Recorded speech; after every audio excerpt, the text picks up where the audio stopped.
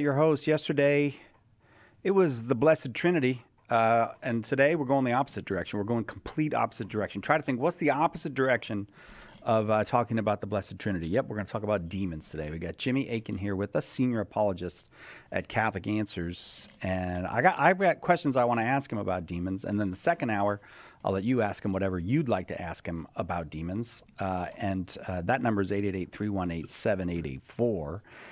And Jim, in addition to being a senior apologist here at Catholic Answers, Jimmy is author of, look at a whole bunch of books. The Bible is a Catholic Book, The Fathers Know Best, Teaching with Authority, A Daily Defense. I got a stack of Jimmy Akin books right here next to me. Jimmy Akin, welcome. Thanks for doing this with us today. My pleasure, Psychelic. Is this a topic that you have covered on Jimmy Akin's Mysterious World? In various ways, yes, and have done a good bit on it and plan to do quite a bit more in the future. Okay, so I know you have done some very good stuff. I've enjoyed the stuff you've done on exorcisms, and it just seems an area that is ripe for both scholarship and chicanery. Mm-hmm. Yep, both of those things. Yeah. How about that? Yeah. I guess because it's unseen and people. So I know that you take you take the approach of faith and reason, and you'll apply reason and revelation to these things. So let's get right into it. First of all, I do think many modern people would say, look, when you read the Bible and you read about exorcisms and demons and all of that, this is essentially metaphorical language. We're talking about kind of human evil or the troubles that people get themselves into. And the demon is a metaphor, not a real person, not a real personality. What do we make of that as Catholics? Well, this is an idea that has kind of been around to different degrees in different periods of history. When it really became popular was in the 19th and 20th centuries, basically after the European Enlightenment. And it has manifested not only in Christian circles in Europe in general, but it's also manifested in Catholic circles, particularly, like I said, in the 19th and 20th centuries. You would want to say, from a faith perspective, well, what evidence do you have for this claim?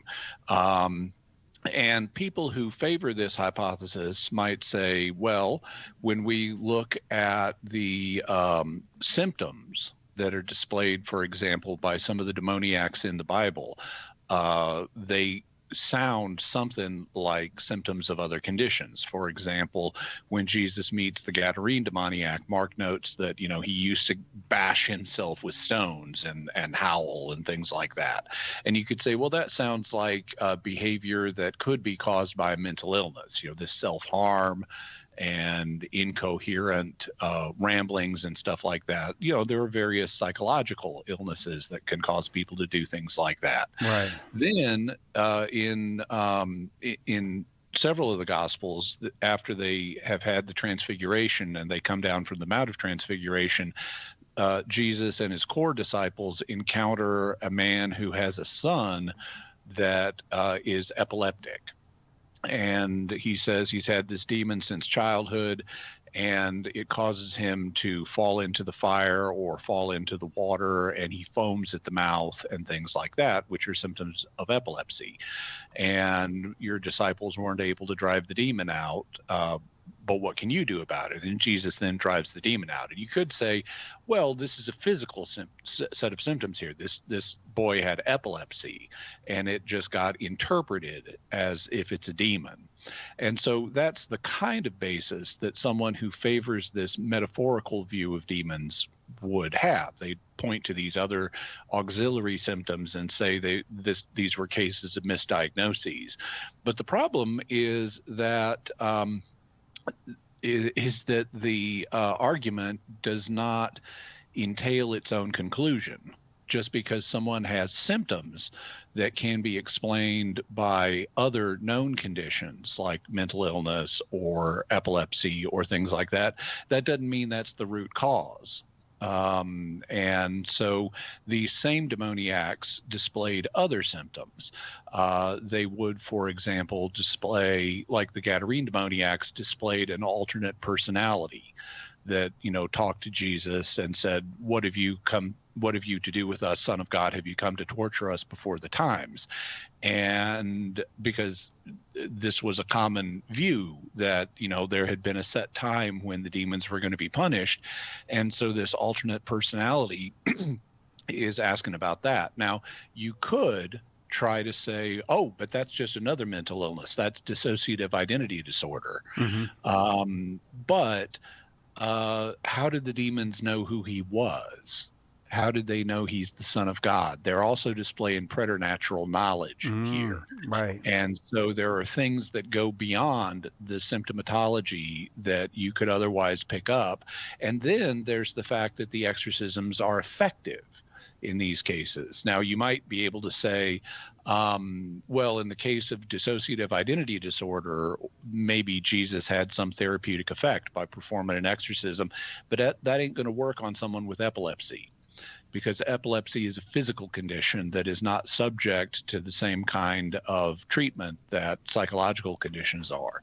And so even looking at this from a purely secular point of view, as I have been for the last couple of minutes,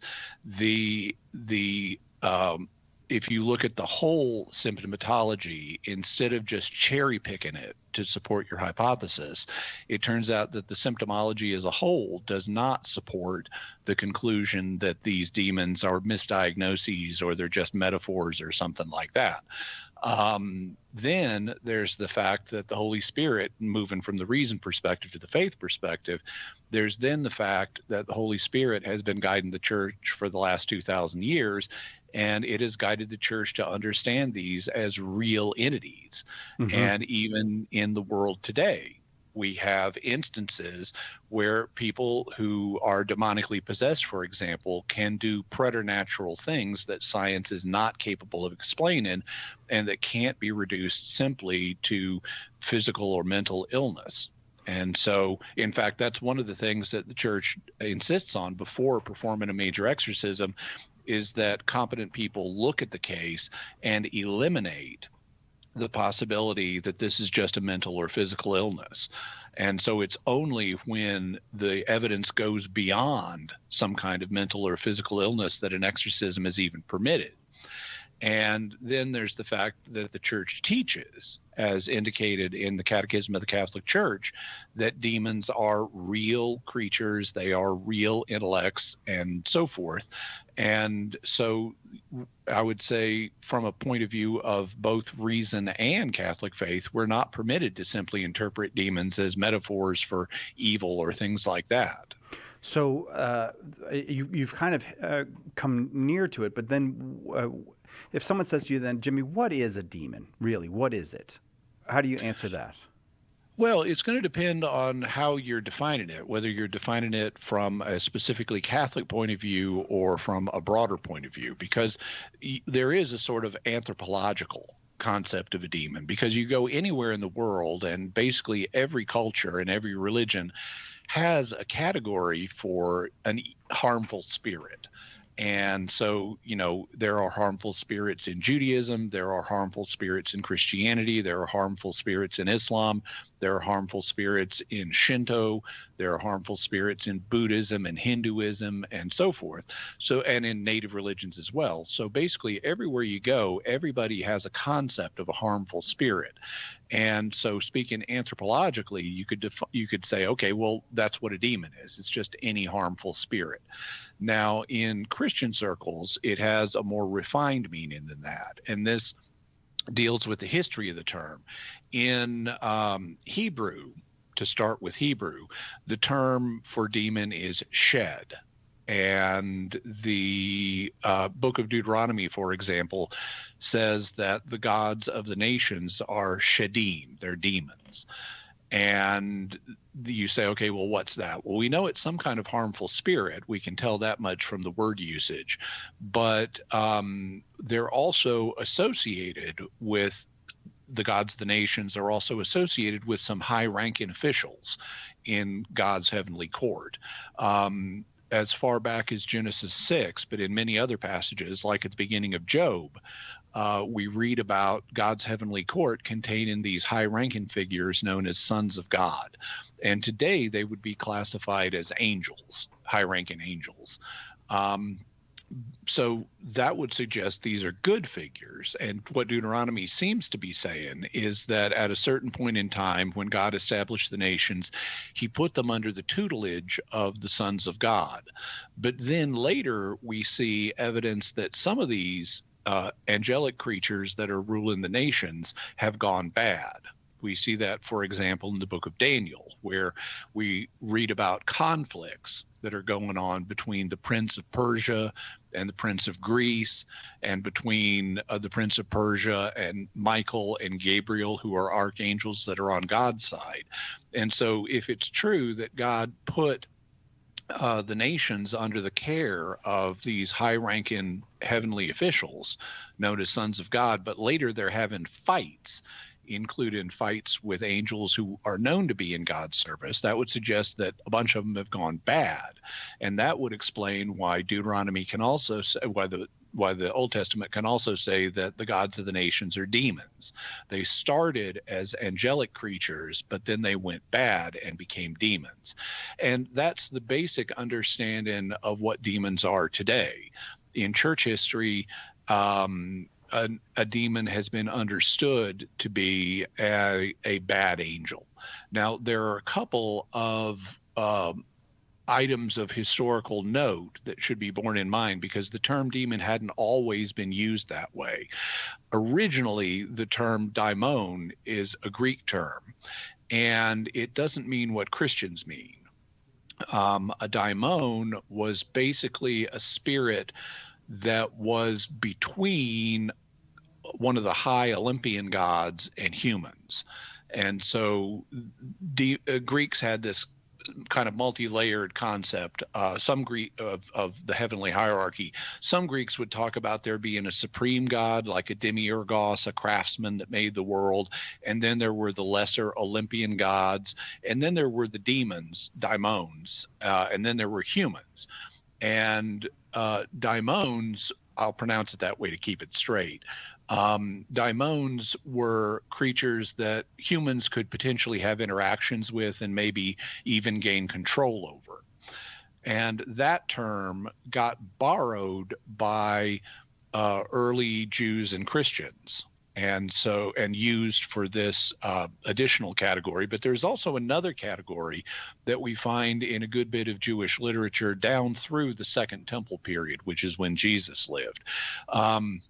The early Jewish sources we have interpret the Genesis 6 narrative, where the sons of God come down and marry the daughters of men, as the early sources all interpret that to mean angelic creatures came down and had relations with human women and gave birth to a group of people called the Nephilim. You'll sometimes hear people say Nephilim means fallen ones, but it doesn't. It's actually an Aramaic term that means giants.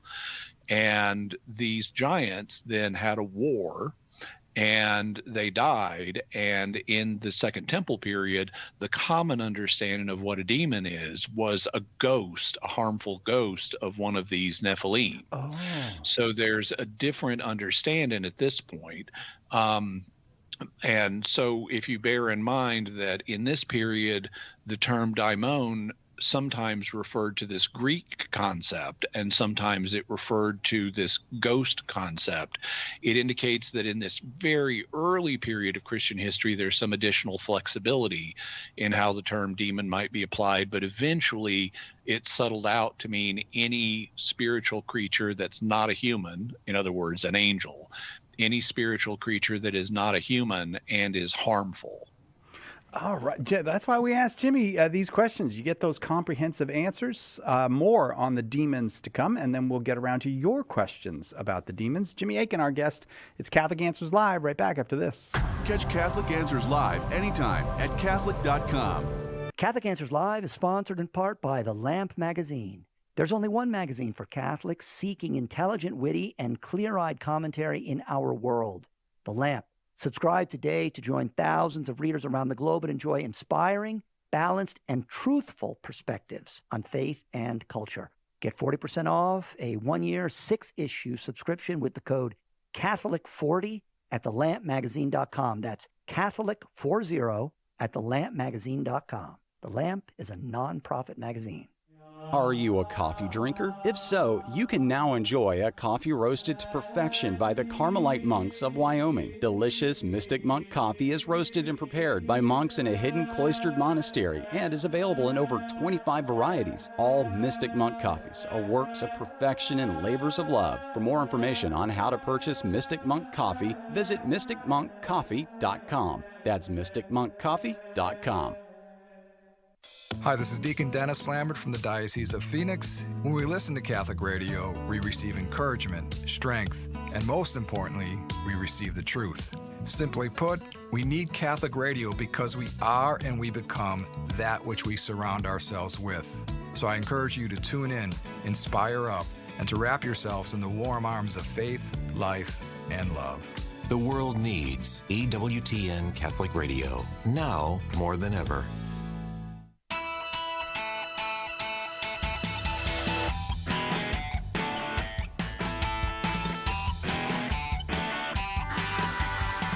Welcome back. Catholic Answers Live. Jimmy Akin, our guest. Jimmy Akin's Mysterious World gets a new episode each Friday. Guess what? That means today. What dropped this morning, Jimmy, on Jimmy Akin's Mysterious World? Well, today is the beginning of September, and so it's a Patrons Questions episode. And this one's different than our usual Patrons Questions because this summer I had a trip to Italy, a pilgrimage that I led. And a couple of evenings during the pilgrimage, we let the pilgrims ask questions. So these were questions specifically from the pilgrims who were able to join us for the trip. And many of them had to do with things that they experienced on the trip, including a lot of questions about a particular church in Rome that we visited. This is a Capuchin church, and locally it's often called the Bone Church. Oh. And the reason for that is you go into it and there's a series of chambers that the walls of which are covered with artwork, and the rooms are just filled with artwork made from human bones. It's also sometimes called an ossuary, which just means a place of bones. And they used the bones of the monks who lived in this monastery from the 1500s to the late 1800s to make all of this artwork as a memento mori. Memento mori means reminder of death. And so it's very startling and arresting because you're walking along and here is a chandelier made out of human bones and things like that. And it's very dramatic, but that's the point. Is to remind you of the reality of death. And, you're going to end up here, not literally, but you're going to end up in the realm of the dead, just like these people did. And so if you want to have a good afterlife, you want to live in a way that's going to ensure you a good afterlife. And so it's not just a set of works of art, it's an object lesson to teach the spiritual lesson of preparing for death. And needless to say, after walking through those chambers and seeing all this bone art, the pilgrims had a lot of questions about that. And in today's episode, we also show you pictures in the video version of the podcast of what all that looked like. And your partner in mystery, Dom Bettinelli, was there? Yep. He'll be on this episode. Yeah. He was there. He's the one who's reading the questions to me. Check it out, mysterious.fm, or check out Jimmy Akin's YouTube channel, growing each week more popular. Already, Jimmy Akin's Mysterious World, one of the most popular documentary podcasts around. Get it wherever you get your podcasts. All right, let's see if we can find some way. The topic this hour and next hour as well is demons, and we decided we wanted, and I'm really glad we did, given what we just learned in that first segment about demons. I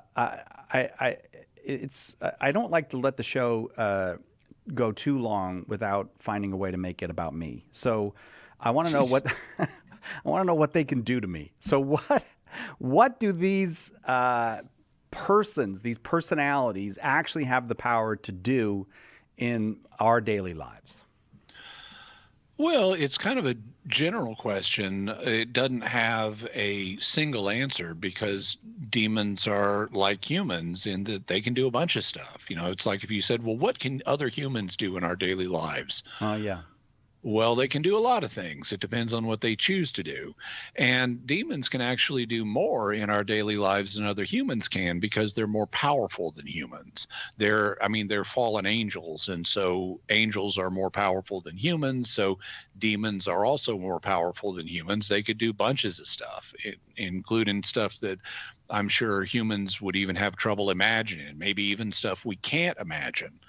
But we can say, well, what do they commonly do?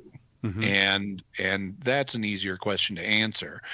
And basically, they are spirits that have closed themselves to love, which means they've closed themselves to God, who is love, and they've closed themselves to the love of God's creatures, so they don't love us.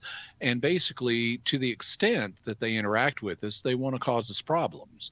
And in particular, they want to lead us away from God and to close ourselves to God's love the way they have. So they're going to try to, for example, get us to worship them rather than to worship God. That's one of the things that the gods of the nations did. They wanted people to worship them. That's not so much a temptation today, not here in the West, because polytheism has fallen out of favor. So that's not a big temptation for most Westerners. But another temptation that can equally lead one away from God is going to the opposite extreme of not believing in any gods and being either a practical or an explicit atheist. And so they can try to tempt people down that path to lure them away from God. They can also try to tempt them into a variety of other sins, whether it's sins of the flesh or sins of the mind, like pride and stuff like that, or hatred. But basically, they're going to try to tempt people into one or another kind of sin. Now, in saying that, and so at least some of the temptations that people face in their lives are likely caused by demonic influence. But there are a couple of notes I need to make about that. The first one is just because you have a temptation doesn't mean that it's a demon causing it. Classically, Christian theology has divided sources of temptation into three kinds. They're summarized by the words the world, the flesh, and the devil. The world means the example given by others. So like if you see someone else indulging in a sin and you think, oh, well, that's not so bad, maybe I can do that too, that would be an example of the world or someone else's example tempting you. The flesh is our own inbuilt desires. So it doesn't matter. It doesn't have to specifically be a sexual temptation. It could be something else. But it basically, we are born as a result of original sin. We're born with inbuilt desires that are disordered. And when we give in to one of those disordered desires, that's an example of temptation being acted upon that comes from the flesh. The third, the devil, is the catch-all category for demonic influence. So demons can have an influence in tempting people towards sin as part of their ordinary activity, but that's only one of three sources. And we know we have lots of interactions with the world and the example of others. We know we have lots of interactions with our own disordered desires. So if you just automatically assume, oh, I've got this temptation, it must be coming from the devil or one of his minions, you're giving the devil too much credit. He's not that powerful. He's not that big of an influence in our lives if you're excluding the role of the world and the flesh. And so that's the first note I would have about considering what they can do in our daily lives. The second note is, since there's no way to distinguish for sure which, if all demons are doing is low-level ordinary temptation stuff, there's no real way to be certain of where that temptation is coming from. It could be the world or the flesh or the devil. And because there's no real way to discern for sure which one it's coming from, it's not worth worrying about.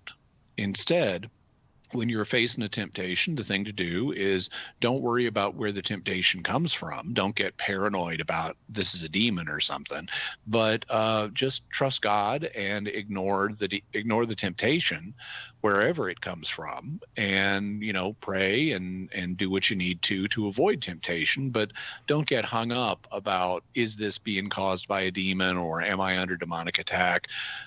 Because unless the demons are doing something extraordinary that becomes detectable, there's no way to figure that out, and it's thus not worth worrying about. It's just going to cause you needless worry and anxiety and wasting time and energy on a question that can't be answered. So just trust God and forget about it. That is very helpful advice. You know what? Well, I mean, demons is one of the most interesting topics for some reason. We got movies about demons. We got all kinds of websites that get into this topic.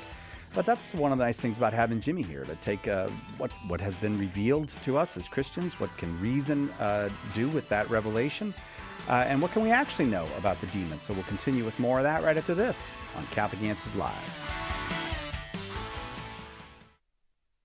We hope that one of the things that we communicate here at Catholic Answers Live is that our Catholic faith allows us to be fully serious about all the problems we encounter in the church and in the world. But it also lets us have light hearts and maybe even mix in a bit of fun. And that is exactly what our good friend Joe Heschmeyer does in his popular podcast, Shameless Popery.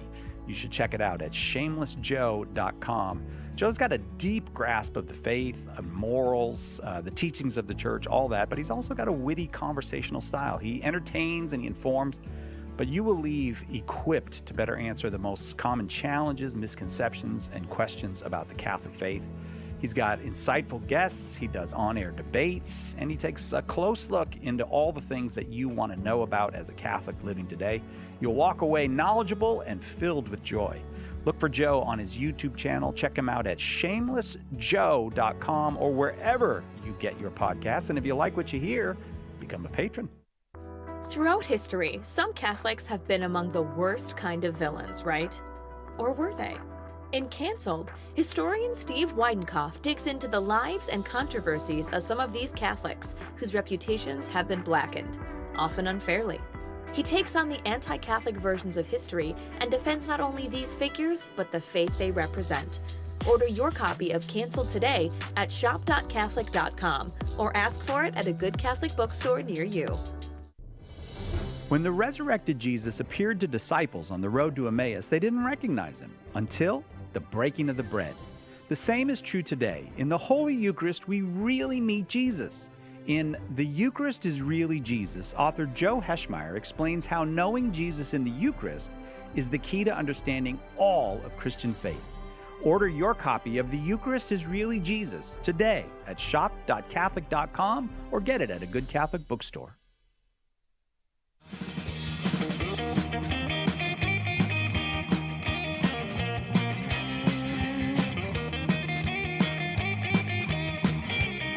Welcome back.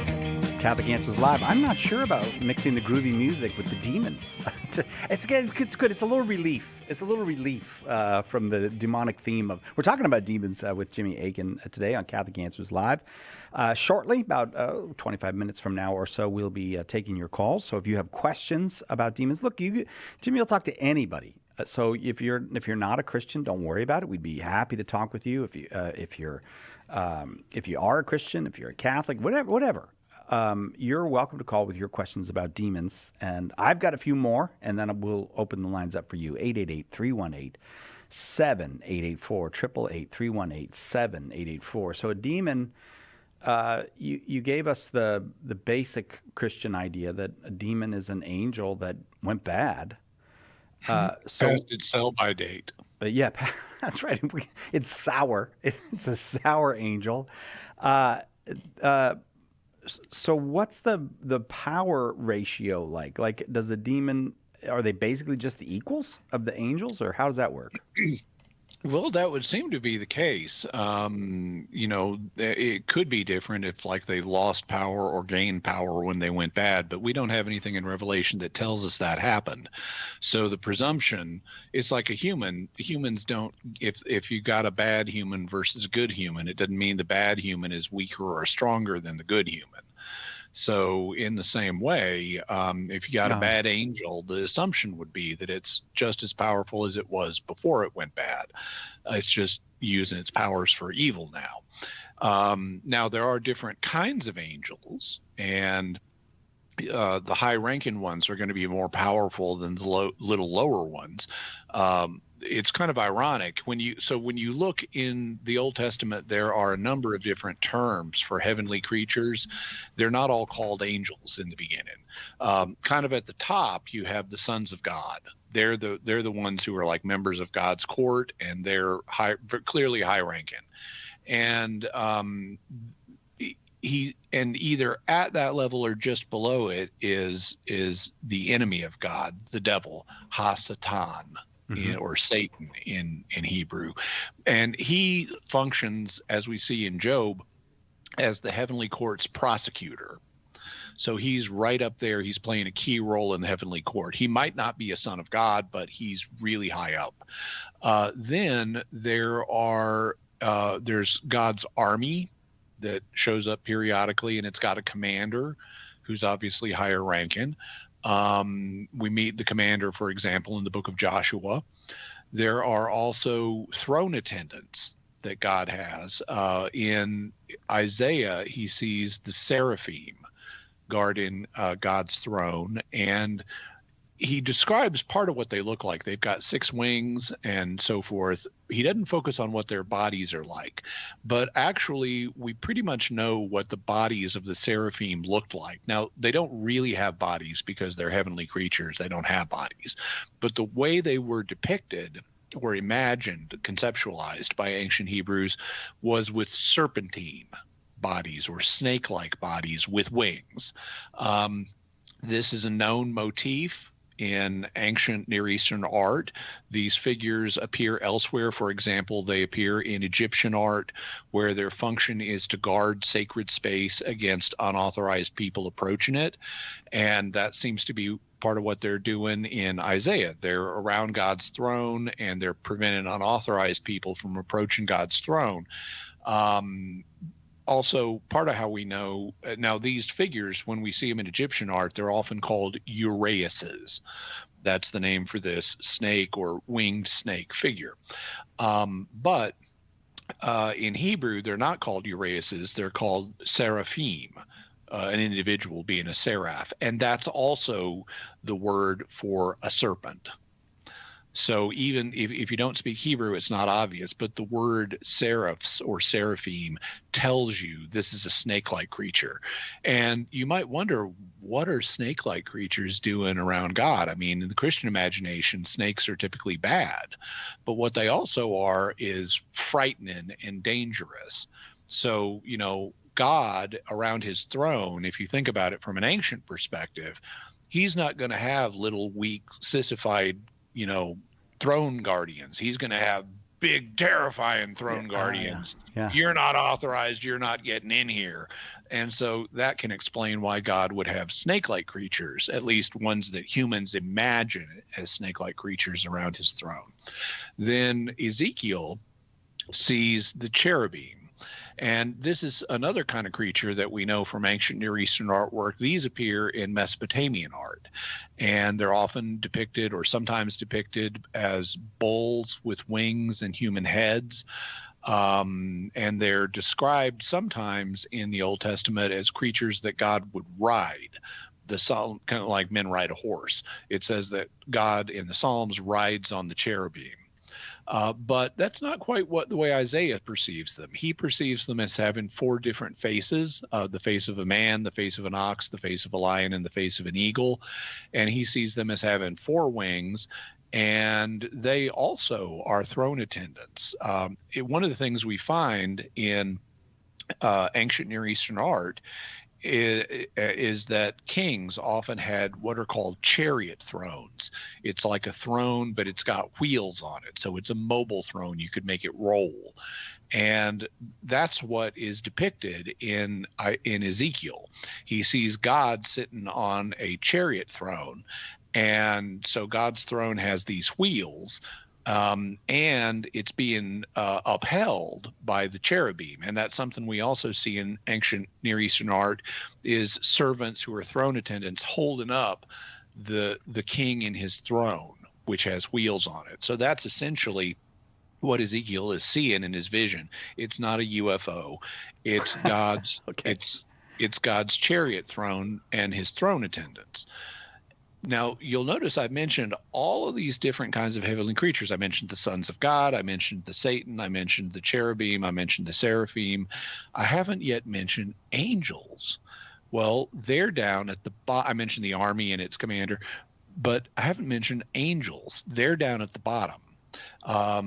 And what the word angel means, malachim in Hebrew, it means the same thing as it does, as angelos does in Greek. It means messenger. And so the malachim, the angels, are the messengers. They're like at the bottom of the heavenly court, and they run and deliver messages for God. And so since we humans are even lower than they are, it's normally the messengers that we have contact with. And so what happened is, over the course of time, we started using the term messenger to refer not just to the little lower down angels that we most commonly have contact with, but to all of them. And so that's how the term angel, it broadened its scope from just being the lowest members of the heavenly court to being everything in the heavenly court. Because if normally when we're dealing with a member of the heavenly court, we're normally dealing with an angel, well, then you can just anything from the heavenly court. It's like shorthand, kind of. Yeah. Yeah. But you'll notice these different levels, they all would be presumed to have different levels of power. And so if you have a member of one of these choirs of angels, as they're commonly called, who's gone bad, they would presumably have the same power that they did before. And that seems to be supported by the fact that we see them having what you could call fair fights or equal matches. If you look in Daniel, at one point Daniel says a prayer to God, and 3 weeks later the angel Gabriel shows up.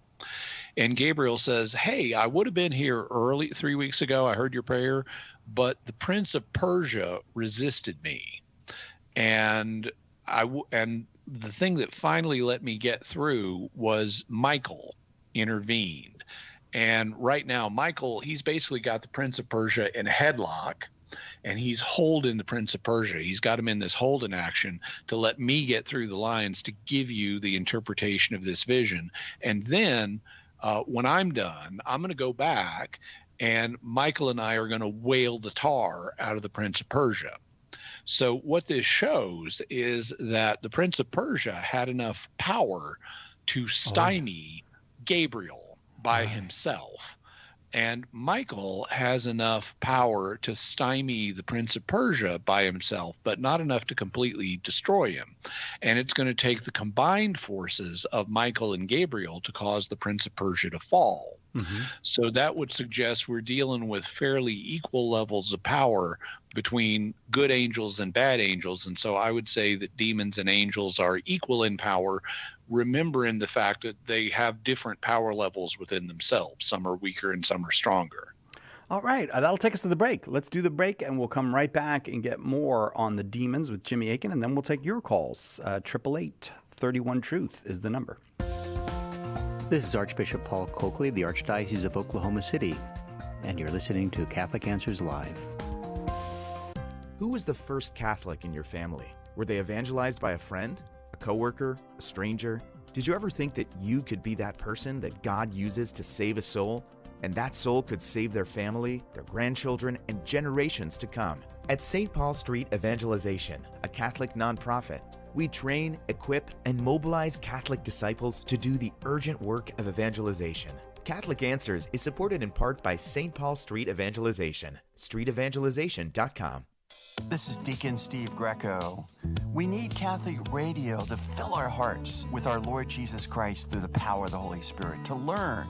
We need catechesis. We need to understand that we are not alone. We need guidance. We need hope. We need encouragement. We need the love that flows through the airways through Catholic radio. The world needs EWTN Catholic Radio, now more than ever.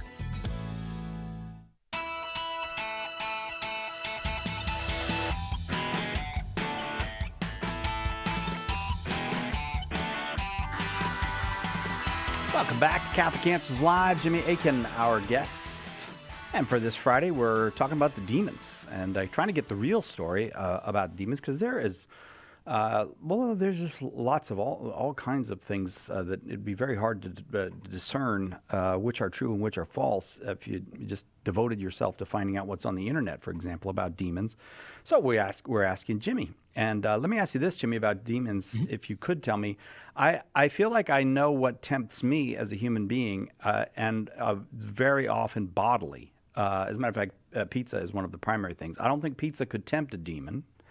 Mm-hmm. And so it's hard to conceptualize why a demon would go bad. Why would an angel go bad, thus becoming a demon? Yeah, well, so the church does not have a teaching on this. There are certain opinions or proposals that get floated, but the church has not signed off on any of them. So it's also, if you think, well, hey, they're a lot smarter than us, why would they go bad? Why would they commit sin? Because that's not going to lead to good consequences for them. But then you think about it, even Solomon, I mean, he was the wisest of Israel's kings, and he had significant sins. So simply being smart doesn't protect you from doing bad. And as it's sometimes been said, sin makes you stupid. It leads you to do stupid things. And that's definitely the case with the demons. But in terms of what specifically it was, there are different proposals. The earliest proposal that addresses the question of why at least some angelic creatures fell is the one we find in Genesis 6 and in a lot of later Jewish literature down through the period in which Jesus lived, which was some of them got tempted by women. And this is very clearly the reason why some of them fell in some Jewish literature. Now, I would say, because angels don't have bodies, that I would think there's, to the extent this in any way reflects something that might have happened in history, there's got to be more to it than that. I would say they probably fell, and then they I see. Yeah. It manifested in some way that involved women. But this is, just trying to be honest about what the ancient evidence would indicate before I try to interpret it in a modern light. From a Christian perspective, this is not the first time that angelic entities have been bad. Earlier than that, we've got the snake in the Garden of Eden. And, talking snakes are not literal creatures, and ancient people knew that as well as we do. And there is evidence from quite early on that it was understood, certainly by the Second Temple period, that the snake in Eden either was Satan or Satan was behind the serpent. Mm-hmm. And so that would indicate a prior fall. And that's how the question has typically been framed in a Christian context of why did not demons in general fall, but why did the devil fall and take these other demons with him? And there are different proposals here. One of them, probably one of the more general ones, says, well, it was pride on his part. That's based in part on a later passage in Isaiah, where it's either Isaiah or Ezekiel, I believe it's Isaiah, where you have a taunt song that is sung against the king of Babylon that talks like, oh, I'm going to be like the day star, which is Lucifer. That's what Lucifer is, the Latin name for the planet Venus, which was the morning star and the evening star. And you have the king of Babylon being really highfalutin. It's like, I am going to ascend to heaven. I am going to be like the morning star and the evening star. But then according to the taunt song, no, you're going to be cast down to the ground and you're going to be like food for worms. And some people have looked at this and read it and said, oh, it's talking about the devil. Except it's not. It's talking about the actual king of Babylon, just like the text says. So I don't think you can really, even though pride is an element in this taunt song, the literal sense of this text does not apply it to the devil. It applies it to the king of Babylon. So I would say it's more speculative about the role pride played here, although I don't think it's a bad guess. There are also other suggestions that are more specific. One of them that I find rather interesting is found in the book of the life of Adam and Eve. This is a book from around the turn of the era. It's either a little bit before Christianity or a little bit after the beginning of Christianity. It's unclear whether the original version of the life of Adam and Eve was Jewish or Christian. But it's a really fascinating book. I did a two-parter on Mysterious World about it. And it basically tells the story of what happened with Adam and Eve after they got kicked out of the garden. And it's really kind of a moving story, because, you know, if you grew up in paradise, you know, you were created in paradise and you lived in paradise, and then you screwed up and now you're kicked out of paradise. It's like, hell, what would the first thing you do be? You just caught doing something really horrible. Your first instinct would be to apologize, maybe? Yeah, and so that's exactly what Adam and Eve do. They try to apologize to God. Maybe he'll let us back in. Yeah. And then it's worse on Eve, because she was the one who was more consciously tempted. She feels absolutely horrible. And then when it's clear they're not getting back into the garden, now they got to figure out, how are we going to survive? How are we going to eat? They've never hunted before. They've never done anything like that.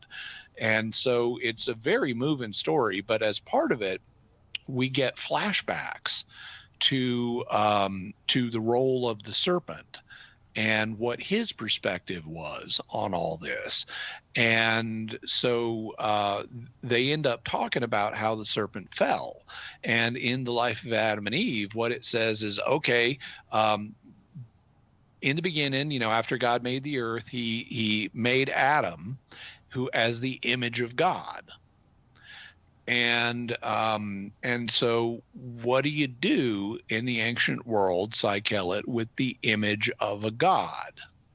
You worship it? You worship it, right. And so that's what the angels were supposed to do with man. And so you've got Michael, the archangel, saying, everyone do obeisance to man, honor man as the image of God. And the devil, the serpent, is thinking, hey, I was here before him. I don't owe him any honor. He's after me. And that's what caused the devil to fall. It was the demand to honor man as the image of God. And so that's the theory articulated in the life of Adam and Eve. But there are other theories too. Some will say, well, God revealed that Jesus was going to be born as a human, and the devil couldn't stomach that. It was like, humans are these puny little fleshy wormy creatures, and how could the Son of God possibly become incarnate as one of them? And how could I possibly honor him as the Son of God if he's become this little fleshy wormy creature? And that's what caused the devil to sin.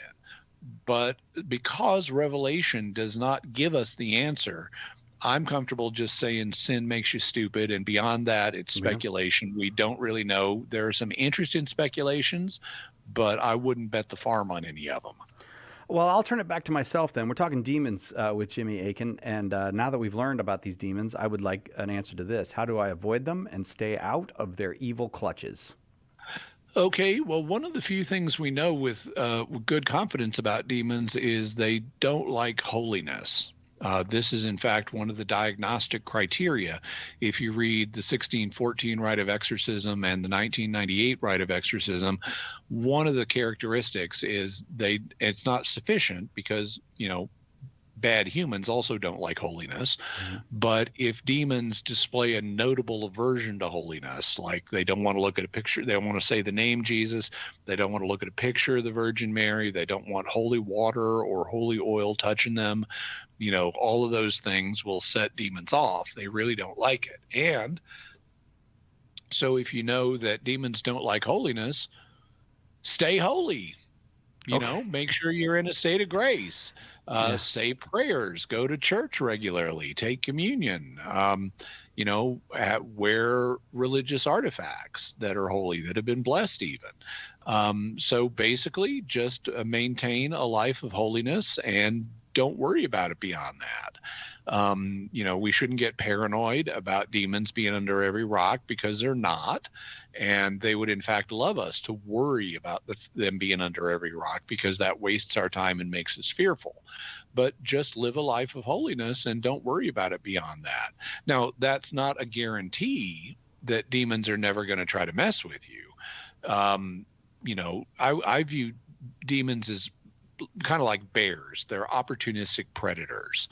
If you're out in the woods, you don't have to invite the bears. If they smell food on you, they'll come. On the other hand, no one has to sick a bear on you. It's just if you run across one in the woods and you're in a vulnerable state, they may take advantage of that. Demons, it's the same way. So, just go about your life, but don't be in a vulnerable state. Maintain a life of holiness and, be confident in God and trust in him, and don't worry about it beyond that. And if something unfortunate happens with a demon, then there are additional steps that can be taken. But fundamentally, just be holy, love God, and enjoy life. I do want to, before we go, ask, and I've only left you about 3 minutes on this one, but you hear these 3 words: demonic possession, oppression, and obsession. This is I've heard these words in reference to what the demons, different ways demons can bother us. Is there value to these words? Do they point to real things, and what are they? Yeah, they're used to classify, and there's also another term, which is vexation. Okay. They're used to classify different extraordinary forms of demonic manifestation. So this is not the ordinary stuff like I'm a little tempted to have too much pizza or whatever. These are very unusual, and consequently, they're not very common. But one of them is oppression, which is manifest demonic activity in which the demon is targeting things in a person's life, but not the person himself. Like maybe the demon is trying to ruin your finances or something. Then there's vexation, which is manifest demonic activity where the demon is attacking a person's body, like he's causing epilepsy or deafness. Then there's obsession, which is where there's manifest demonic activity where the demon is attacking the person's mind, like causing mental illness or extraordinary temptations. And then there's possession, which is manifest demonic activity, which at least at times results in the demon seizing control of the person and acting as an alternate personality. All right. And on that last one, possession, that's one that they never make movies about vexation. I don't think, anyways. It shows up occasionally in movies. Oh, does it? It's just usually not the main subject. So, are there any cases of possession that you have looked at that you thought that's a quite convincing case? There are some more than others, and I do plan on covering specific cases of possession in the future on Mysterious World.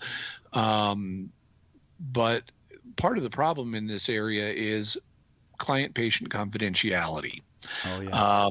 Just like it can harm a person's reputation if you disclose their medical history, it can harm a person's reputation if you disclose their spiritual possession history. Yeah. And so the church is very careful about what it discloses, and there's not a lot of data available, which makes it hard to investigate cases from a critical point of view. Oh. We tend to just have to rely, for the most part, on the analyses of the people who were there at the time.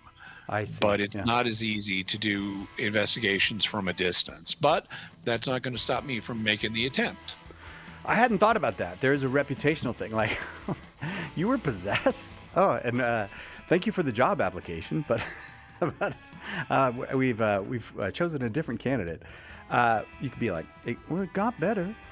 I'll tell you what, we're going to continue to talk about demons. If you have questions about demons from any angle, whether you are Christian or not, you are welcome to call. Jimmy's happy to talk with you. 888-318-7884 is the number. Start dialing now if you've got questions about demons, because those lines tend to fill up when Jimmy is here. 888-318-7884. Right back with more Jimmy Akin on Catholic Answers Live.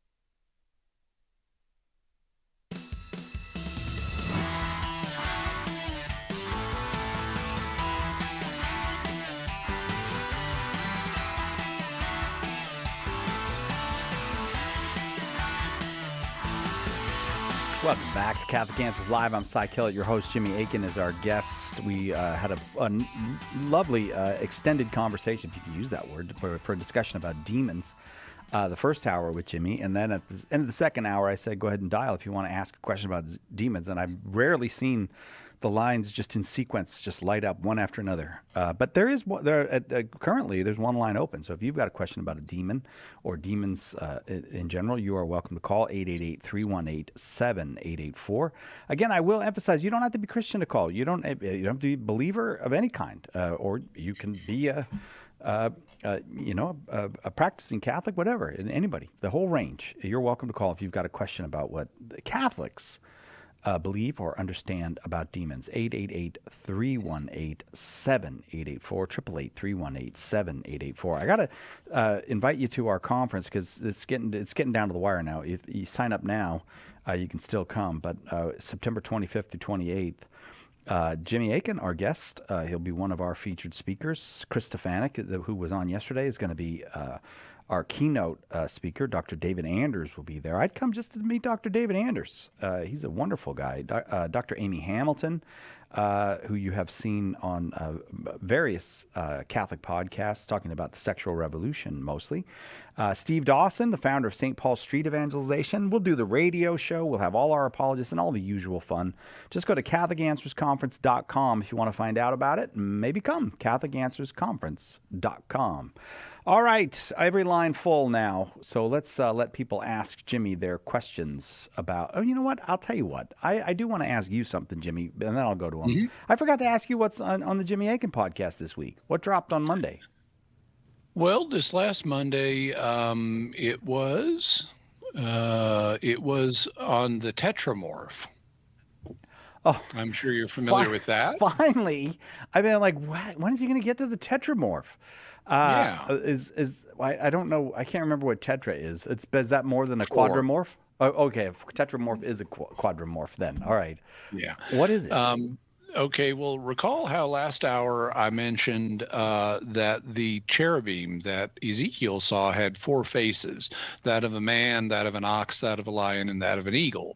Well, that imagery has been used in Christian circles as a symbol for the gospel, for the four gospels, and there have been different ways of trying to estimate which animal symbol should be associated with which gospel. There is not just one way of doing this. There have actually been a bunch, and so this symbolism of the 4 faces of the cherubim being applied to the 4 gospels is known in Christian art as the tetramorph. Tetra meaning 4 and morphe meaning form or shape. So it's the 4 shapes or the 4 forms that are used to symbolize the gospels. And this usage goes back to the late 2nd century, but it's taken different forms or shapes down through Christian history.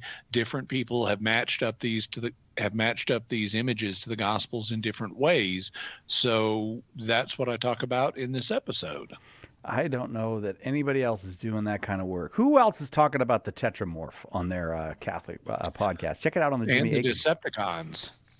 Oh, tetramorph against the Decepticons. I'm going with tetramorph myself in that battle. Good bet. Andrew's in Minnesota. Andrew, thank you so much. Thank you for starting us off. Go ahead with your question about demons for Jimmy Akin. Hi, thanks so much for taking my call. Sure. My question is, I was curious to what degree, if any, you're familiar with the work of Dr. Michael S. Heiser, rest him, and the demonic nature of the Nephilim, and also connections to Mount Hermon and the gates of Hades and allusions to that in the Gospel of Matthew. So I'm very familiar with Mike Heiser's work. I knew Mike when he was alive. Unfortunately, he passed on fairly recently, but I knew him. I've interviewed him. I've read multiple books of his, and I think he's performed a valuable service for people by retrieving some literature from the Second Temple period that had largely been forgotten. in Christian circles. Like, even though some people knew about the Book of Enoch and the Book of Jubilees, it was something that only people who were pretty arcane specialists really had an awareness of. And Mike did a really good job and a service to the Christian community by calling attention to this material as background information that can be helpful in reading not only Genesis, but also the New Testament. So I think he did a lot of good work. I think his work is incomplete, though, not just because of his unfortunate passing, but also because I think there was an aspect of the work that needs to be done that he didn't really address. And that was how to integrate these ancient views with what we know about the world now. So Mike would typically say, okay, so here's what the evidence indicates this text meant, but then he wouldn't say, and how should we understand that in light of what we know now? Like today we have a clearer awareness. Like back when Genesis was written, they didn't have a clear awareness of the fact that angels don't really have physical bodies. That's a discovery that happened later in Christian history. And so it wouldn't have even been a question for the author of Genesis. Well, how could a demon mate? How could an angel mate with a human?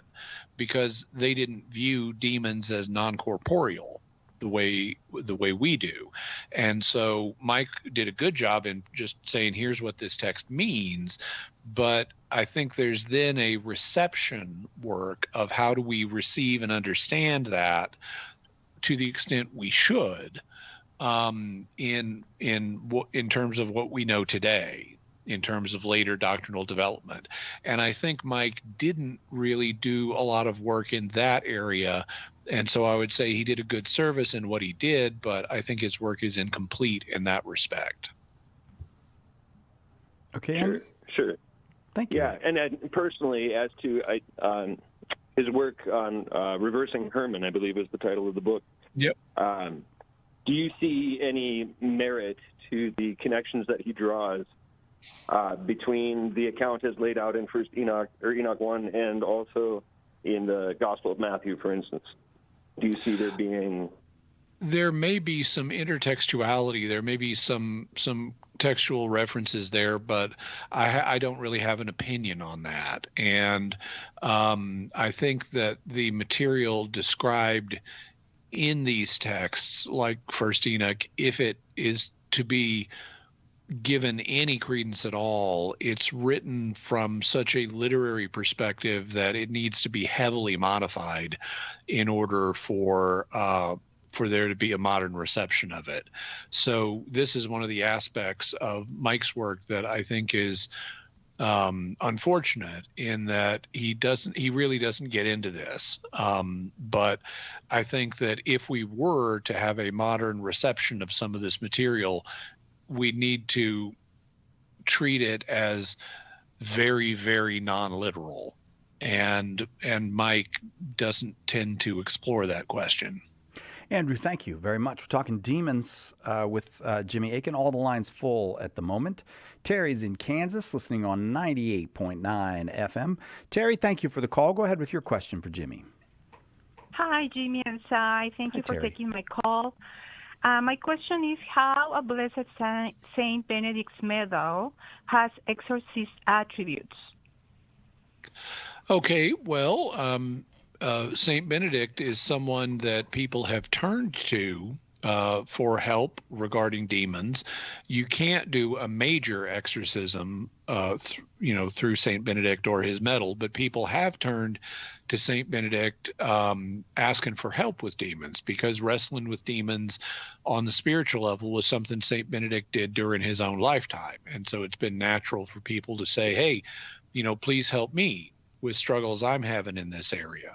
And in the course of time, it became a custom for people to use a medal of Saint Benedict, and there's even a blessing that's been authorized for not only members of the Benedictine community to give this medal, but for other priests as well, basically asking God to bless the medal and use it as an instrument in helping people avoid problems with demons. And so it's not that the medal itself has such properties. It's not like there's a magic that the medal has. This is all based on prayer. We're praying to God and asking for St. Benedict's intercession to use the medal as a help in dealing with demons. And that's the sense in which there is efficacy here. It's not that the medal has this as one of its own properties. It's that we've asked God and St. Benedict to help us out through the medal, and they can do that. Terry, that brings us right to the break. I hope that was a helpful answer to you. We'll be right back with more on demons with Jimmy Akin. At the moment, one line open, 888-318-7884. Miss a show? Make sure to catch up by downloading the podcast, available online at Catholic.com. Underwriting for Catholic Answers Live is provided by Real Estate for Life. Real Estate for Life connects homebuyers and sellers to real estate agents while supporting pro-life organizations. On the web at realestateforlife.org. Underwriting for Catholic Answers Live is provided by Magnificat. Published monthly, Magnificat features texts of daily Mass, prayers, articles, meditations, art commentaries, and more, in step with the liturgical rhythm of the Church, on the web at magnificat.com. This is Jim Pinto, Director of EWTN Media Missionaries. Mother Angelica said, "The essence of evangelization is to tell everybody Jesus loves you." You can help EWTN share the good news by becoming a media missionary.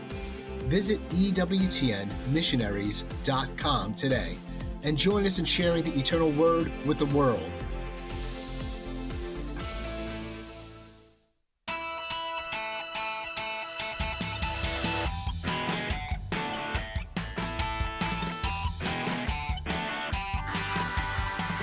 Welcome back to Catholic Answers Live. Jimmy Akin, our guest this hour. As first hour, we had an extensive conversation about demons, who they are, what they do, how you can avoid them, all of that. This hour, we're open to your questions on demons, whether you are very knowledgeable about demons or not at all, whether you are fully committed Christian or not religious at all. If you've got a question about demons, we'd love it if you'd call and ask. 888-318-7884. Going to upstate New York now, where Bryson is waiting. Bryson, thank you for waiting. Go ahead with your question. Thank you. Thanks for taking my call. Sure. I appreciate your work, Jimmy. So my question was, the idea that, okay, the gods of the nations are demons, and there's an idea proposed by later church fathers that the pagan gods of various places, like the Roman pagan gods, or of various places, are demons. But it struck me that everything that was regarded as a god in every sort of polytheistic culture around the world is a demon. Might be that seems a little too simplistic on the face of it. So the question is, when looking at some sort of polytheistic or pagan religion from various places in the world, wherever it might be, looking at an entity or so-called god, what's a good way to determine, okay, this might actually be a demon, or it might be something else, or it might be nothing at all? Does that make sense? Yeah, so I guess the first thing I'd say is we need to think through the conceptual space here in terms of what are the possibilities. Now, Deuteronomy provides an ancient Israelite perspective on the gods of the nations that they knew about. And it says they're demons. But there are other possibilities too. And we see, as an illustration of those, that emerged later in God's progressive revelation. So just because they have one conception at one period in God's revelation, that doesn't mean additional options won't open up later in God's revelation. And we actually see that starting to happen in the thought of St. Paul. In his thought, in 1 Corinthians, he does have the idea that foreign gods are demons, but he then parallels that with the statement that that an idol is also nothing, and that alludes to the option that you mentioned of maybe some of these gods are nothing at all, maybe they're just imaginary. And then there's also a possibility of maybe someone could actually be worshiping God, but under another name, and or have some idea of God, of the true God, even though it's under another name. And St. Paul seems to allude to that in some of his statements, like in Acts 17, where he quotes from pagan sources and draws genuine spiritual insights out of them, like we are all his children and stuff. And he's quoting a pagan text that actually in its original context is referring to Zeus. So this would suggest that maybe the pagan author has a genuine spiritual insight about the relationship of divinity and humanity, and the pagan author is using the term Zeus to express that, Zeus being the highest of the Greek gods. And Paul is still picking up on this insight and applying it in a Christian sense. So we've sort of got three possibilities about what these pagan deities are. They could be the true God under another name. They could be nothing at all, or they could be demons. And I think it's too simplistic to just assume any one of those and say that explains everything. We have a much greater awareness of the diversity of human religious thought than the ancient Israelites did. They thought there were basically 70 people groups in the world, and they didn't even have a detailed knowledge of all of the beliefs of those 70 groups. Today, we have much more awareness of just how big humanity is and how great the diversity of belief is. And I agree with you. I find it hard to believe that for every single spirit that somebody somewhere has worshipped, that there is always a specific demon that corresponds to what these people believed, and in a one-to-one fashion, so I think that there's a mix of phenomena going on here, consistent with the development of these different trajectories that we see in St. Paul's thought. My solution to your basic question, though, of how can we determine what's what in a particular case, is I would say that we can't for sure. But if I'm open to all of the possibilities in a particular case. Let's say I'm dealing with someone who is an Odinist and they worship Odin. Well, okay, Odin might be totally imaginary, and no one in the spiritual world is picking up on the prayers that this Odinist is saying. But it also could be that some demon for the moment is impersonating Odin, and maybe at another time another demon will impersonate Odin. I wouldn't assume it's always the same demon all the way through history, or that there's any demon at any specific point. So I don't think there's a way to make a determination of, is a demon actually active here, apart from looking at the data that is generated in a particular case. If an Odinist, for example, starts doing preternatural things that cannot be explained by psychology and natural causes, then I would be more inclined towards there's a demon.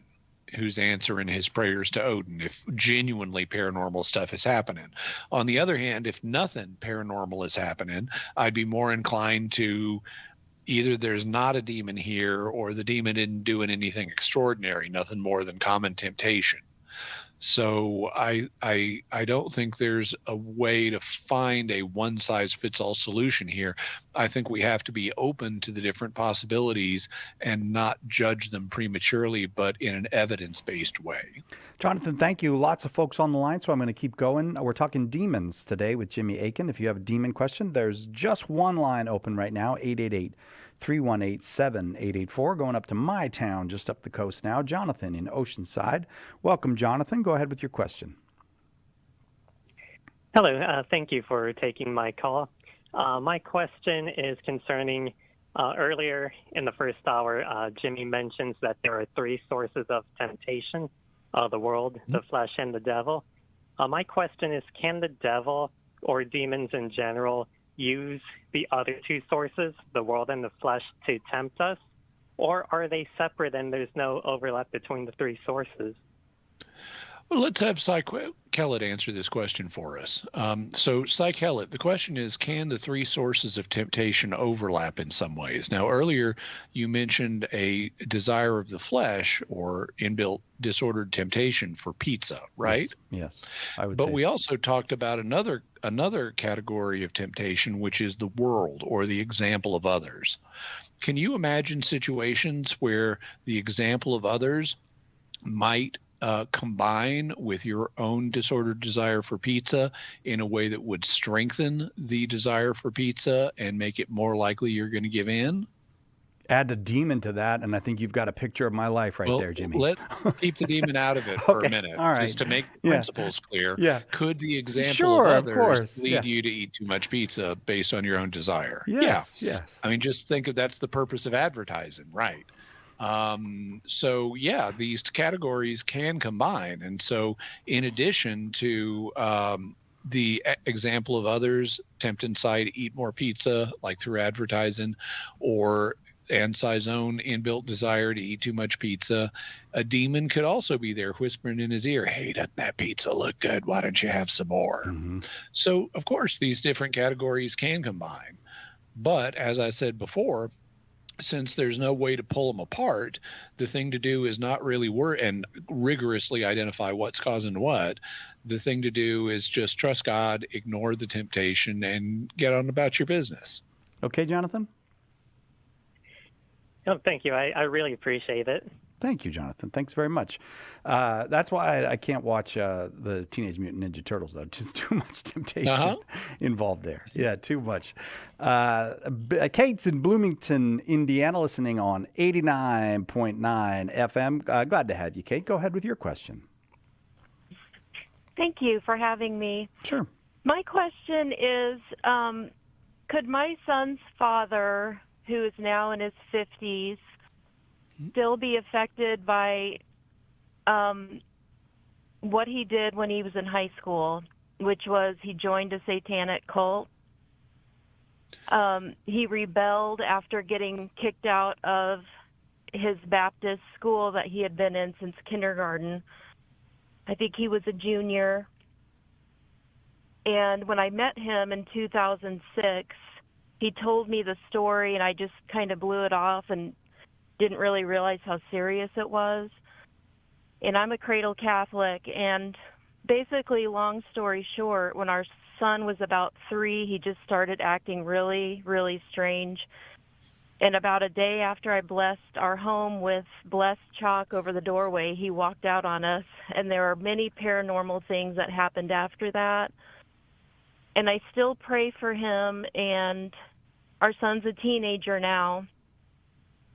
And I just can't move on because I feel like he needs help, and there's no one there for him but me. Like he needs an exorcism or something.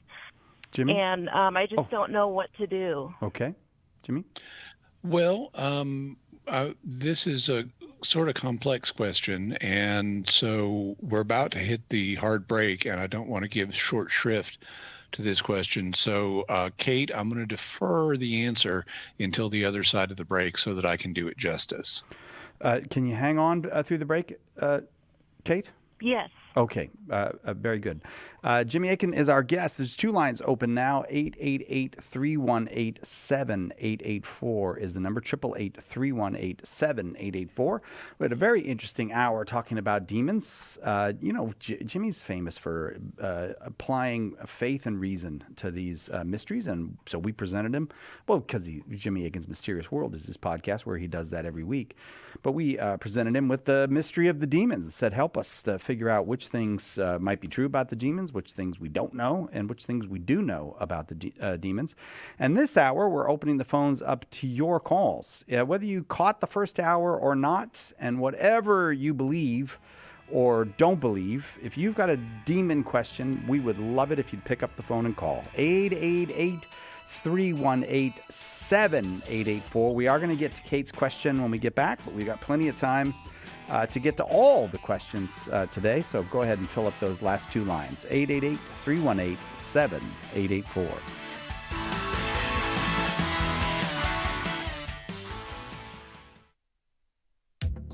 Have you ever wondered about the mysterious, even obscure aspects of the Catholic faith? Dive into the Jimmy Akin podcast, where Jimmy brings together information from many fields as he pushes the boundaries of apologetics. Tune in today to the Jimmy Akin podcast, Mysteries of the Faith, a highly entertaining, informative, and at times humorous show that will help you grow in your faith. Visit JimmyAkinPodcast.com today to subscribe. Lots of people have big questions about Catholicism. It needs a big book of answers, and now it's got one. The Big Book of Catholic Answers is filled with helpful replies to more than 250 questions about the faith. Questions about God, salvation history, the Creed, the Bible, the list goes on and on. Order your copy of the Big Book of Catholic Answers today at shop.catholic.com or ask for it at a good Catholic bookstore near you. We hope that one of the things that we communicate here at Catholic Answers Live is that our Catholic faith allows us to be fully serious about all the problems we encounter in the church and in the world, but it also lets us have light hearts and maybe even mix in a bit of fun, and that is exactly what our good friend Joe Heschmeyer does in his popular podcast, Shameless Popery. You should check it out at shamelessjoe.com.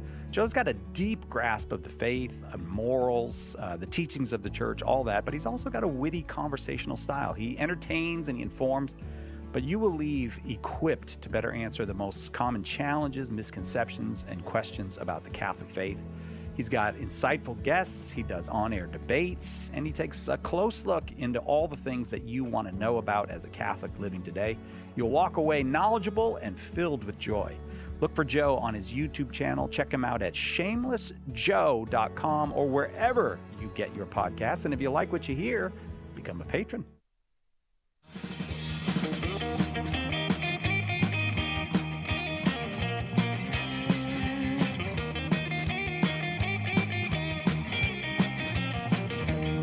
Welcome back to Catholic Answers Live. That's not the devil's music.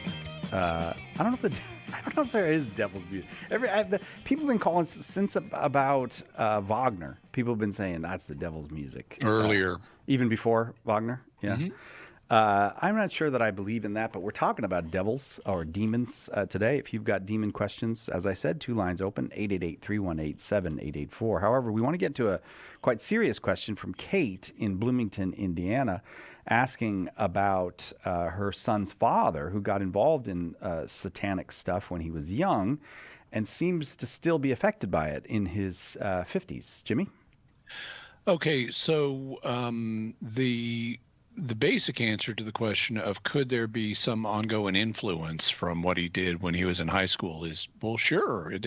All kinds of things are possible. I mean, if you got a young guy in high school with a pink carnation in a pickup truck and he gets drunk and goes out driving, he may flip the truck and injure himself in a way that's going to haunt him for the rest of his life. So, injuries and things that were received in high school can still have effects later in life. And, so obviously, if he did join a satanic cult, that could have affected him either by causing some kind of damage to him or by attracting the attention of demons to him in a way that they're still taking an interest in him and still messing with him, or both. My question, though, since this is over a period of 30 years later, would be what evidence is there that that's the case? Because just because something's possible doesn't mean it's likely.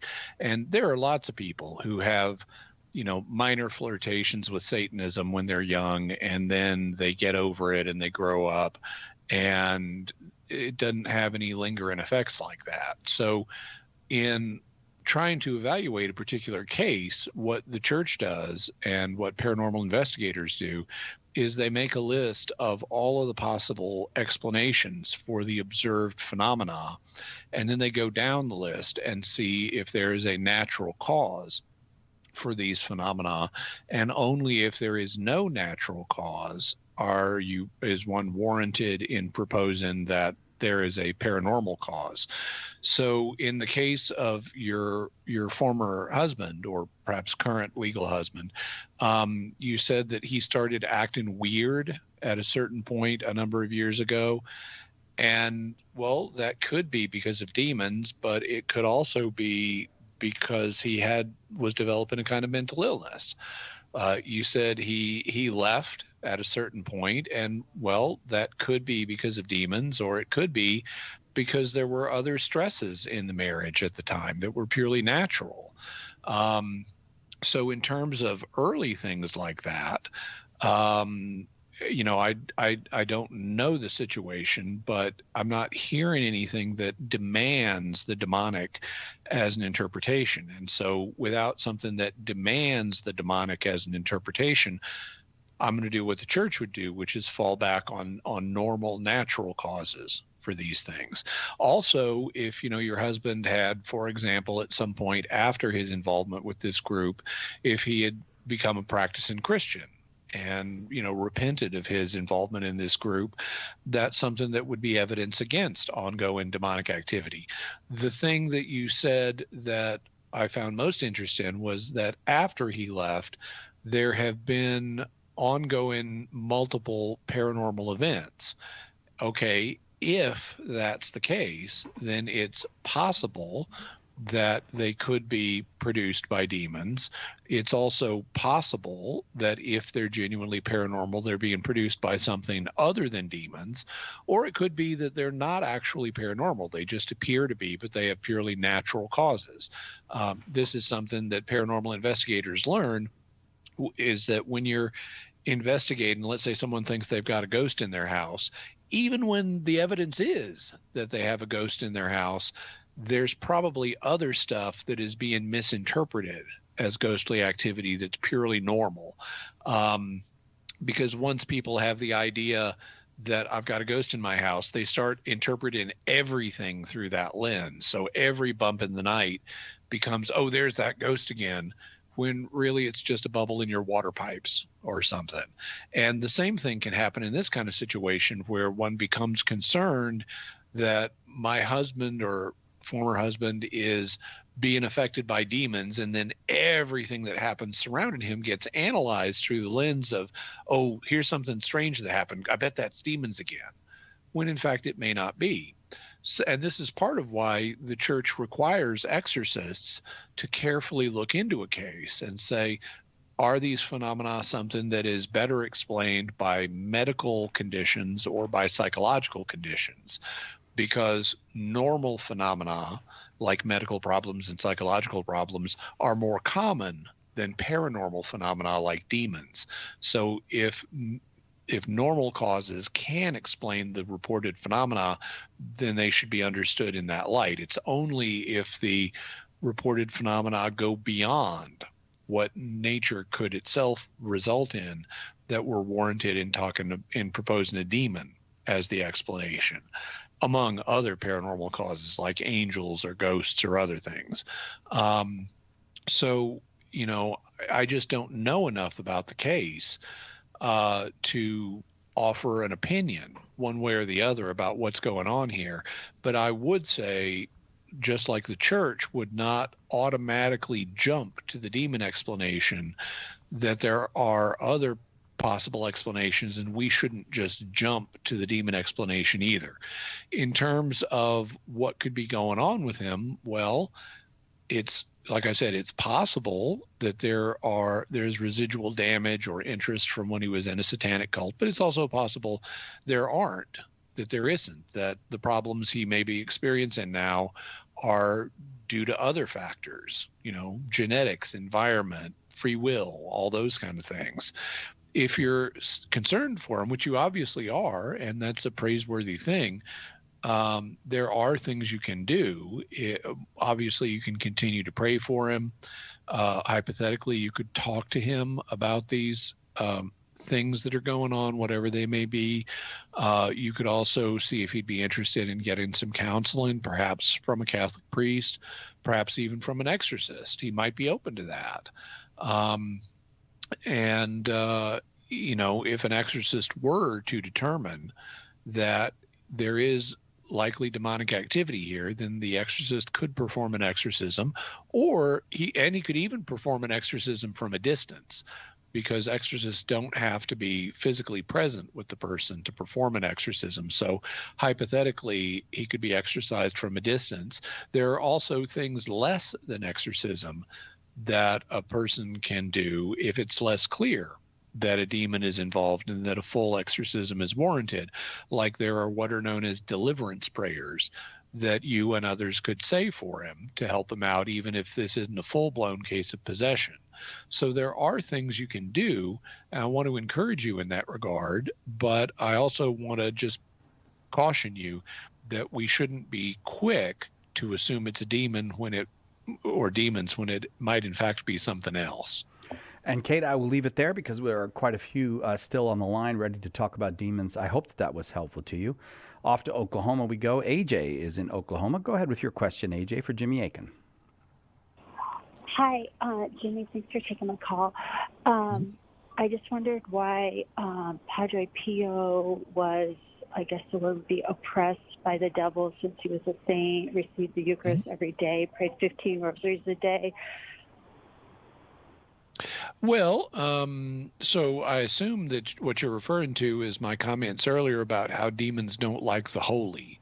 And that's true, they don't. That's in fact one of the diagnostic criteria the church uses to diagnose demonic possession, is the fact that the alternate personality has a notable aversion to the holy. So it's a reasonable question, why would demons go after someone who is notably holy? Well, it might not be the kind of thing that they would normally do because they don't like holiness. But just like some people enjoy a challenge, some demons would seem to enjoy a challenge. It's like the bigger they are, the harder they fall. So if you can take down someone who is really noticeably holy, you're going to get more points and more street cred from your fellow demons. They're going to respect you more.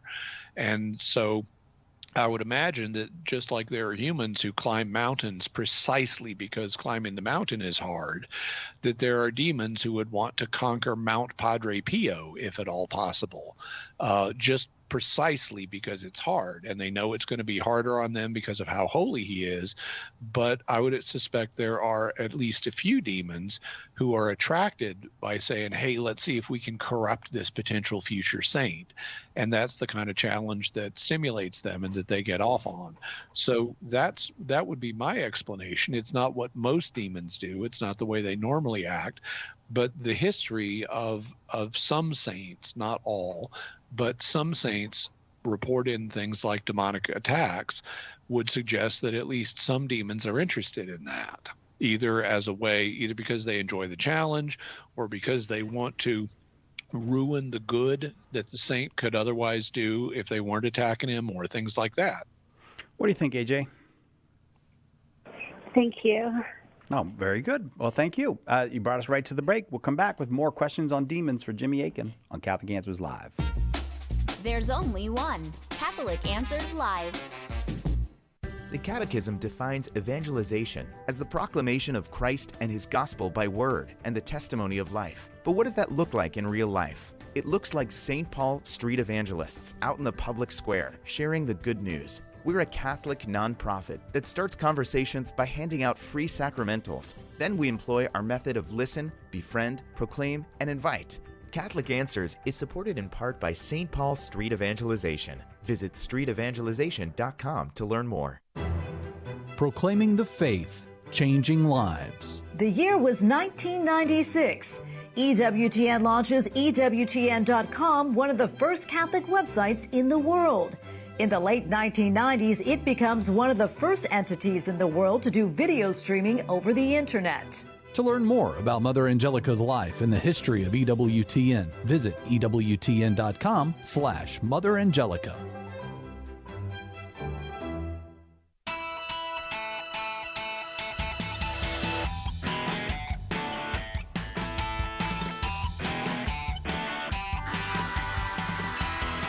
Jimmy Akin, our guest. Demons, our topic. Lots and lots of calls, but I'll tell you what, we've got a couple lines open now, so if you want to get in, if you've got a question about demons, whatever your own beliefs are, if you've got a question about what Catholics believe about demons, you're welcome to call 888-318-7884. We'd love talking to you. It doesn't really, you don't say, oh, but I don't think they want to talk to me. They want to talk to Catholics. No, anybody. You can call 888-318-7884.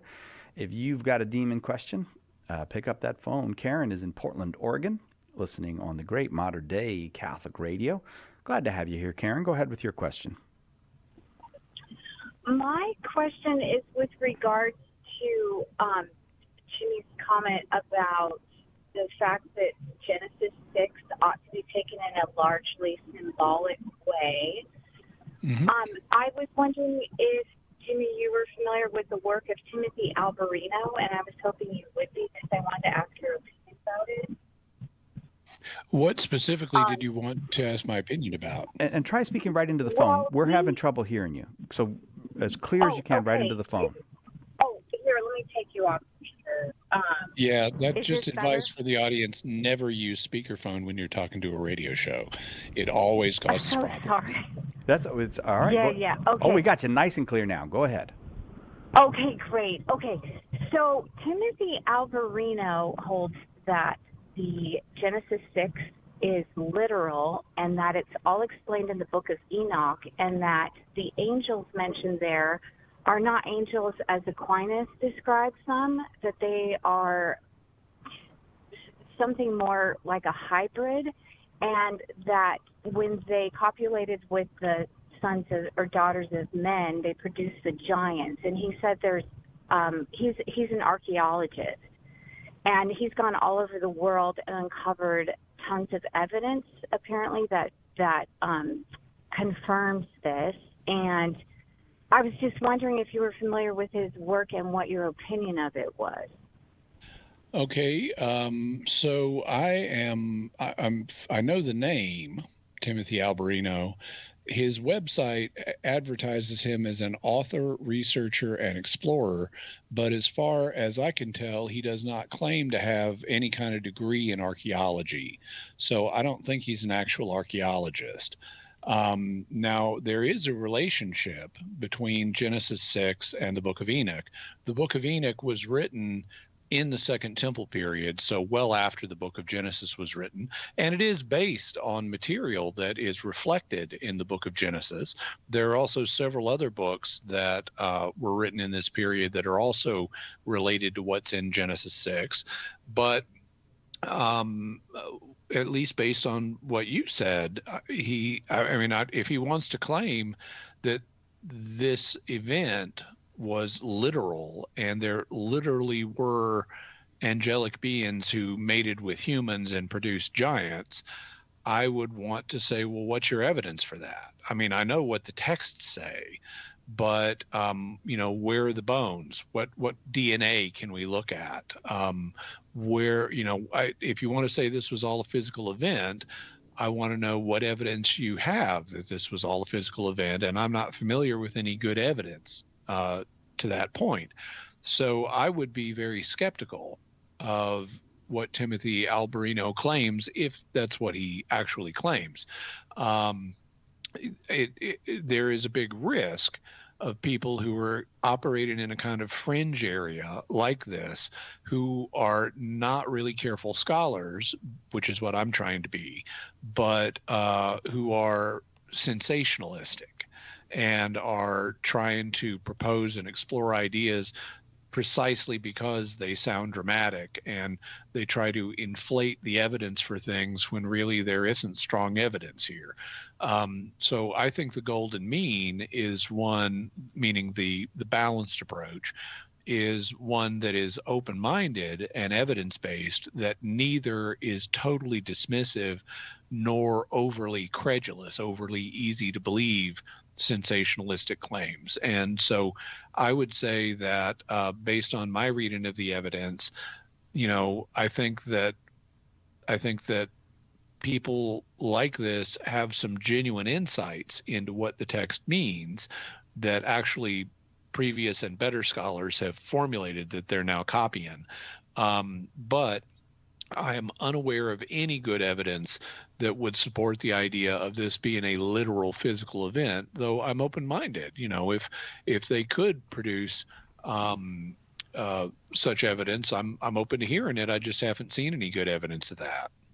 Karen, thank you very much for the call and for the question. On we go, trying to get everybody on with Jimmy before the end of the hour. Alyssa is in Central Texas, listening on Armor of God Radio. We're so happy to have you. Alyssa, go ahead with your question. Hi, thanks. I have a sort of a speculative question here. I know Elon Musk, one of his many pet projects, he wants to upload human consciousness to a digital state or electronic state and thereby make it eternal. He's already done this with cat brains, but it's still super unlikely. Alyssa, have you heard Elon Musk say that exactly? Or are you just aware of him doing a Neuralink interface to enable, for example, disabled people to express themselves through it? That's the practical application of the goal he has. I think his end goal is very unlikely. But my question is more fun. Alyssa, Alyssa, hang on. So I can't vouch for that. So I'm going to assume that what you're saying is true, or that I know there are people who do want to upload human consciousness to a computer system. I don't know that Elon Musk is one of them, but there are such people. So let's assume that one such person, whether it's Elon Musk or someone else, tries to do that and claims that they have. I would agree with you that it's very unlikely that they would be able to do that. In fact, I would say it's impossible for them to do that. But let's suppose they did. What's your question? So supposing this technology did happen, could such a uploaded consciousness be afflicted by the demonic the way embodied humans are? And how would a priest go about exorcising such a person when they don't really have a traditional body? Okay, well, in regard to the first question, now, like I said, I think this is impossible. But supposing it were not impossible, if human consciousness was uploaded to a computer system, would demons still have the ability to affect it? Well, we see evidence in Scripture that both angels and demons are able to affect physical systems. And so the computer that the consciousness was operating on is a physical system, so both angels and demons would be able to affect it. So having a body is not necessary for demons to be able to affect you. So yeah, they could continue to affect it. How would an exorcist be able to help this person, assuming that they were being afflicted by this demon? Well, you don't need a body in order to do an exorcism. Like I mentioned earlier, you can do exorcisms at a distance. Now, there are certain things you can't do at a distance, like you can't anoint the possessed person with holy oil. You can't, sprinkle holy water on them. You can't offer them a cross to hold or impose a cross on their forehead or something like that. But you can say all the prayers. You can say the prayers asking God to help the person. You can say the prayers commanding the demon to get out in the name of Jesus. You can do all that. And so the exorcist would simply use the parts of the rite that can be done with respect to the demon-afflicted person in the computer. And in fact, he might even be able to go further. Like, even if he can't impose a cross on the person's forehead, he could take the cross and impose it on the computer and see if that has an effect. So God's power is unlimited, and therefore there are still ways for God to help someone, even if they're counterfactually in a computer system and being attacked by a demon. God can help you no matter where you are. Again, we're getting near the end, so I want to get everybody on. Alyssa, thank you very much for the call. Anna is in Pennsylvania. Anna, if you can be a bit quick with your question, it would help us out a great deal. Yes, hi, thank you.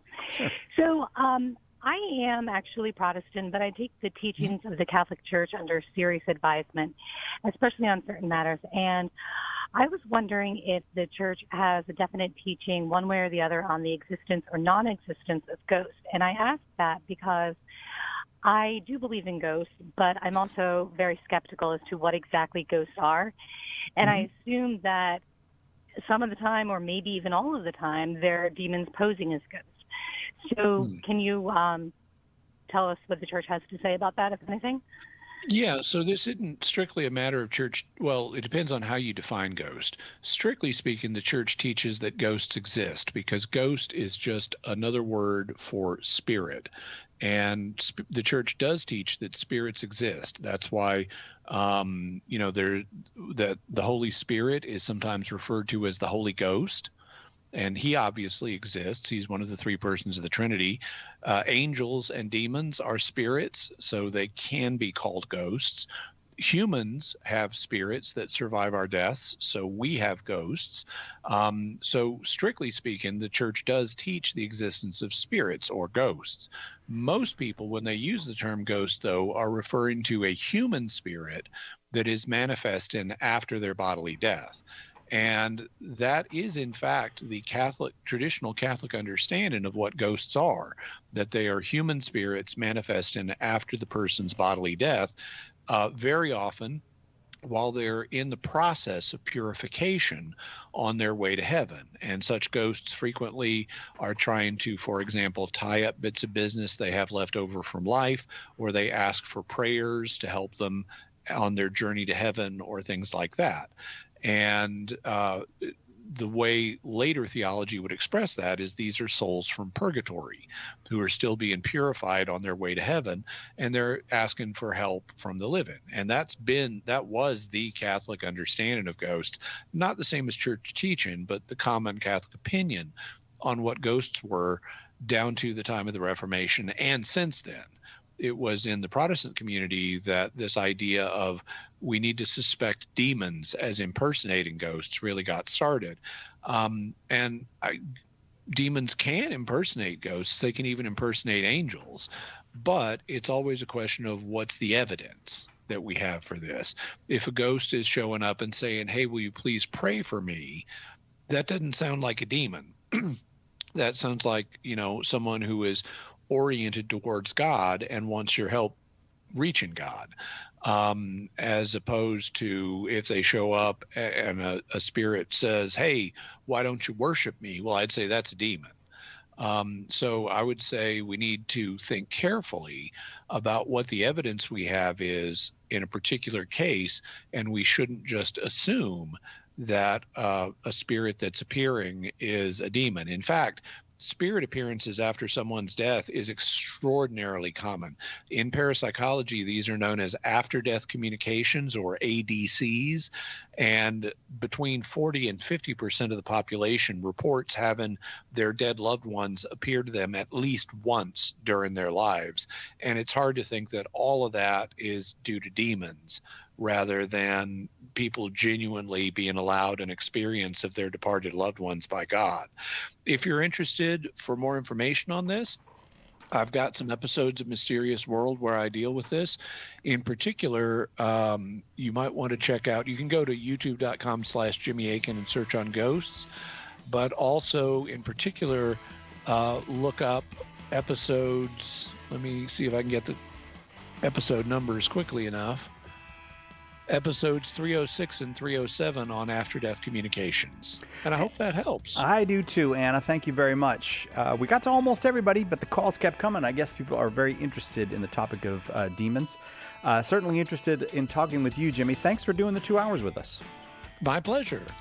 And that will do it for us. As we said, Jimmy Akin's Mysterious World drops each Friday. A new Jimmy Akin podcast drops each Monday, where he tackles the mysteries of the faith.